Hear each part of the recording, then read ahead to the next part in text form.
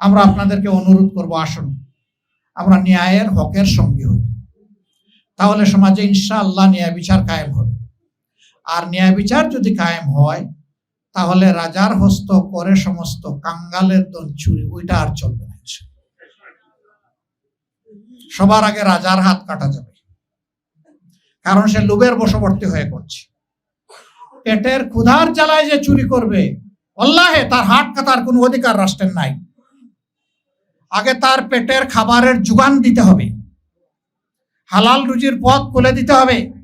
রুজিতে অক্ষম হলে তার দায়িত্ব রাষ্ট্রকে নিতে হবে। যদি এতেও সে না থামে, তখন তার উপরে শরীয়তের হুকুম চলতে পারে, এর আগে নয়। অনেকে মনে করে যদি কোরআনের আইন চালু হয়, তাইলে বোধহয় এক এক করে লক্ষ লক্ষ মানুষের হাত কাটা যাবে। না তো, সারা রাষ্ট্রে 2 জনের হাত কাটা গেলে সবার কান খাড়া হয়ে যাবে। তবে হ্যাঁ, হাতটা যেন কোনো গরিবের কাটা না হয়, সেই দিকে খেয়াল রাখতে হবে।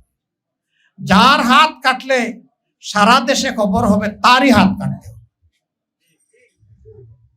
তবে আমরা এটা চাই না যে একটা মানুষের হাত কাটা যাক। আমরা চাই সবাই সৎ হয়ে যাক, অতীতের সমস্ত গুনাহাতা ভুলের জন্য তওবা করে ভালো মানুষ হয়ে যাক।